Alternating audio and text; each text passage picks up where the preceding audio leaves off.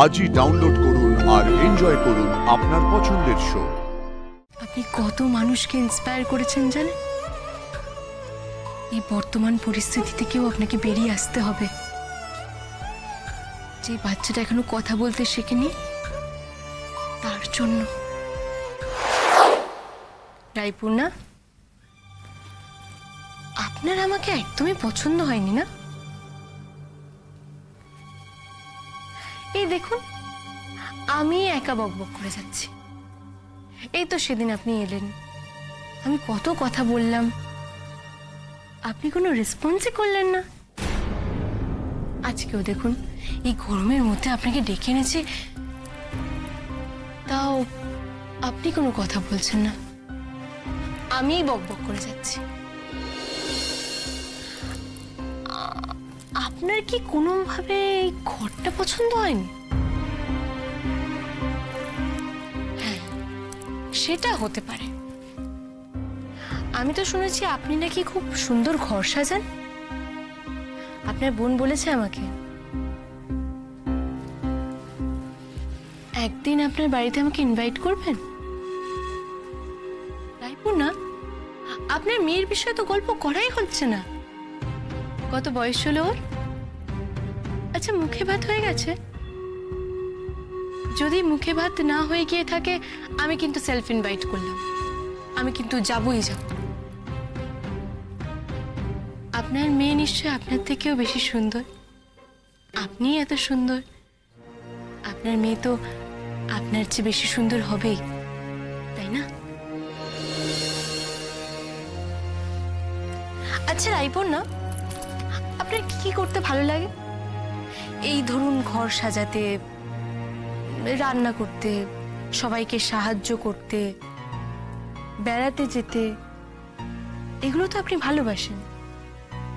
আর কি করতে ভালোবাসেন? ও হ্যাঁ, আপনি তো গান গাইতেও ভালোবাসেন, তাই না? আপনার হাজবেন্ড বলছিলেন, উনি খুব প্রশংসা করছিলেন আপনার গানের গলার। তারপর এটাও বললো ইদানিং নাকি আপনি গান গাইতে একদমই পছন্দ করছেন না। তাই কি? আমাকে একটা গান শোনাবেন রায়পূর্ণা? আপনাকে আমার এত ভালো লেগেছে না রায়পূর্ণা, আমি কি বলবো। আমি আপনার বোনের থেকে সব জেনে নিয়েছি। আপনার প্রিয় রং, আপনি কি কি করতে ভালোবাসেন, আপনার প্রিয় হবি, আপনি কি খেতে ভালোবাসেন, সব জেনে নিয়েছি। আপনার বোনও কিন্তু দিদি অন্ত প্রাণ একেবারে। আপনার প্রিয় গানও জেনে নিয়েছি আমি। দেখুন তো রায়পূর্ণা, কিছু মনে পড়ে কিনা?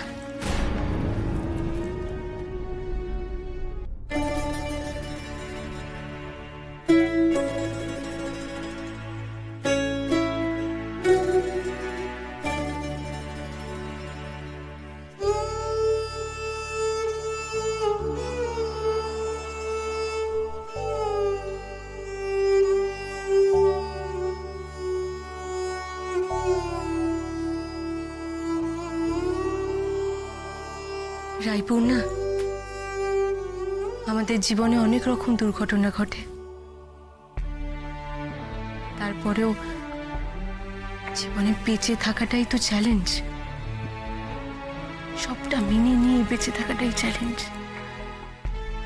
আর আপনি তো চ্যালেঞ্জ নিতে ভালোবাসেন, আপনি পারেনও, তাই না? আপনি ভাবুন তো, আপনার মেয়েকে আপনি কিভাবে জন্ম দিয়েছেন। আপনার জায়গায় কিন্তু আমি থাকলে পারতাম না, ভয় পেয়ে যেতাম। তো আপনি চ্যালেঞ্জটা নিয়ে আপনি জিতে গেছেন।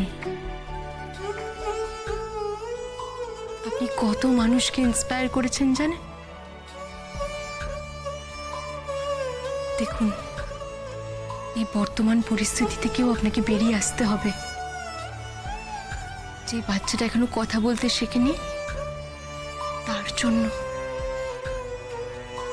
আমি জানি আপনার আর আপনার হাজবেন্ডের মধ্যে অনেক কিছু হয়েছে, অনেক ভুল ভ্রান্তি হয়েছে, যেগুলো কাম্য ছিল না। কিন্তু আজকে কে বেশি ভুল করেছে, কে কম ভুল করেছে, সেই তুল্যমূল্য বিচার করব না সেই সব ভুলগুলো শুধরে নিয়ে সামনের দিকে এগিয়ে যাব।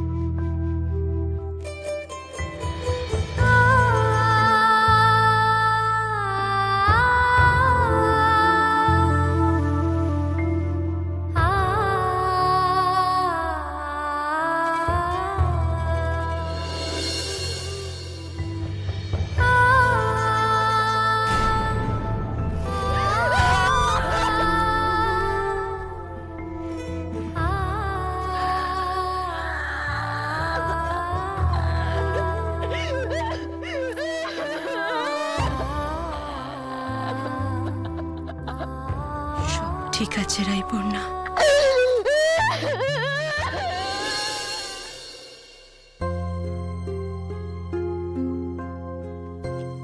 এই গানটা আমাদের দুজনের খুব প্রিয়, বড্ড কাছের। জানি, সেটা ওনার কান্না দেখে আমি বুঝতে পেরেছি। রাইয়ের প্রেগন্যান্সি পিরিয়ডে আমাদের মধ্যে অনেক রকম ক্রাইসিস অ্যারাইজ করেছিল। এই গোটা সময়টা